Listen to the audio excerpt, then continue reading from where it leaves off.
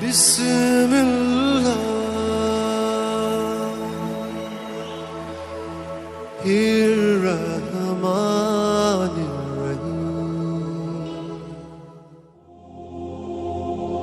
السلام علیکم میرے محترم عزیز دوستو۔ بنی اسرائیل میں ایک بہت ہی عبادت گزار لکڑہارا رہتا تھا۔ اس کی بیوی بنی اسرائیل کی عورتوں میں سب سے زیادہ حسین و جمیل تھی۔ دونوں میاں بیوی ہنسی خوشی زندگی گزار رہے تھے۔ جب اس ملک کے بادشاہ کو لکڑہارے کی بیوی کے حسن و جمال کی خبر ملی تو اس کے دل میں شیطانی خیال آیا اور اس نے ارادہ کر لیا کہ کسی طرح اس عورت کو ضرور حاصل کروں گا۔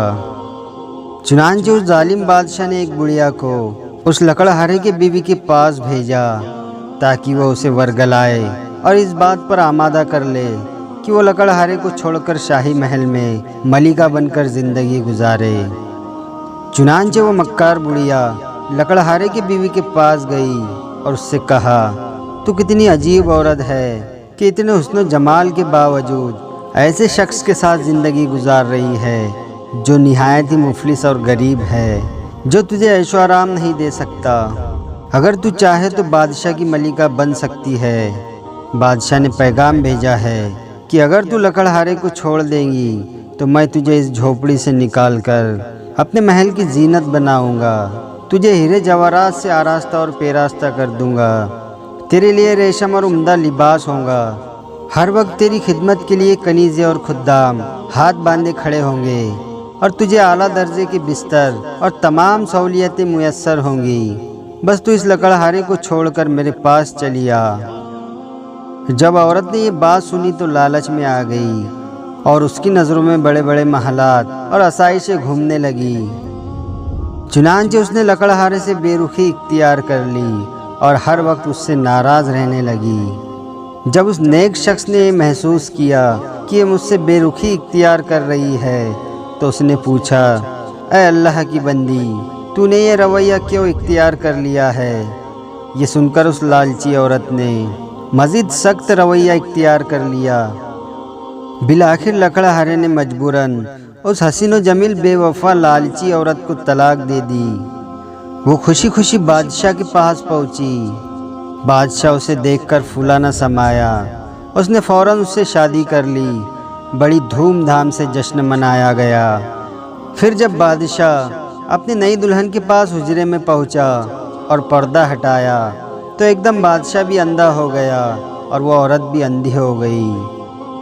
نہ تو وہ عورت اس بادشاہ کو دیکھ سکی اور نہ ہی بادشاہ اس لالچی بے وفا عورت کے حسن جمال کا جلوہ دیکھ سکا۔ پھر بادشاہ نے اپنی دلہن کی طرف ہاتھ بڑھایا تاکہ اسے چھو سکے، لیکن اس کا ہاتھ خشک ہو گیا۔ پھر اس عورت نے بادشاہ کو چھونا چاہا تو اس کا ہاتھ بھی خشک ہو گیا۔ جب انہوں نے ایک دوسرے سے بات کرنا چاہی تو دونوں ہی گونگے اور بہرے ہو گئے اور ان کی شہوت بالکل ختم ہو گئی۔ اب وہ دونوں بہت ہی پریشان ہوئے۔